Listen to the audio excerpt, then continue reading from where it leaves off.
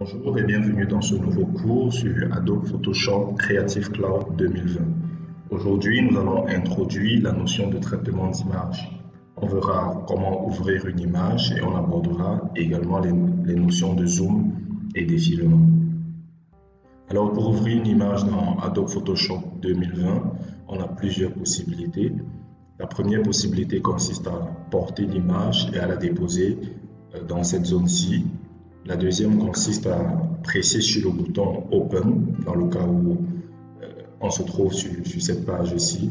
On peut passer par le menu Fichier. On va faire Open, raccourci clavier, CTRL-O pour ouvrir une image.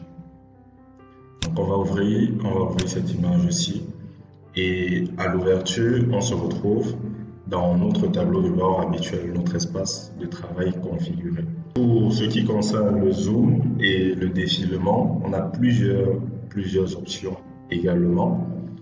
Vous vous rappelez de notre menu navigateur ici en haut. Donc, on pourra avec ce menu zoomer ou dézoomer rapidement notre image. On pourra, après avoir zoomé, se déplacer d'un point à l'autre sur l'image. On peut également, pour zoomer notre image, utiliser la molette. Si vous avez une souris avec molette, vous maintenez la touche Alt enfoncée et vous utilisez la molette pour dézoomer votre image. Une autre façon de zoomer et dézoomer votre image, c'est d'utiliser l'outil de zoom dynamique Z. Donc, vous appuyez sur la touche Z, raccourci clavier Z, ça s'active, c'est ça, ici en bas à gauche.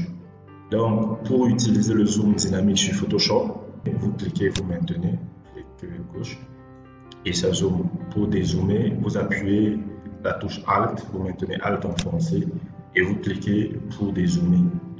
C'est possible chez vous que cette option ne soit pas activée.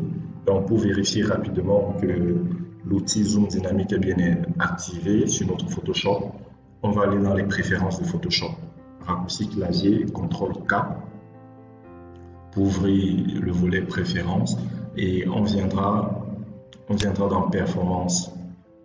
Dans le menu Performance, on viendra dans Graphic Processor Setting, Advanced Setting. Dans Advanced Setting, il faut se rassurer que ces deux cases soient effectivement cochées pour que l'outil puisse être activé et fonctionner proprement.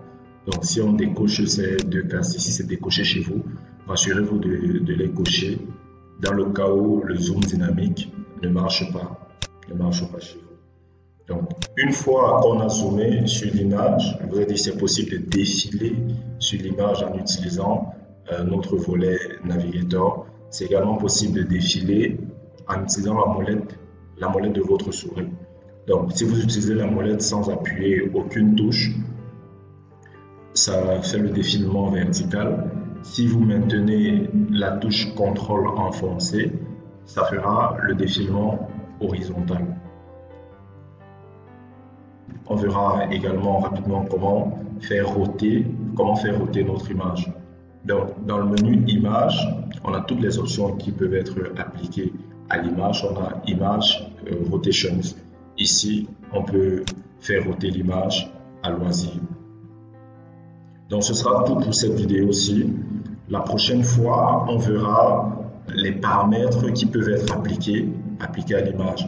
Donc, on traitera des notions de couleur et tout ce qui tourne autour de l'image.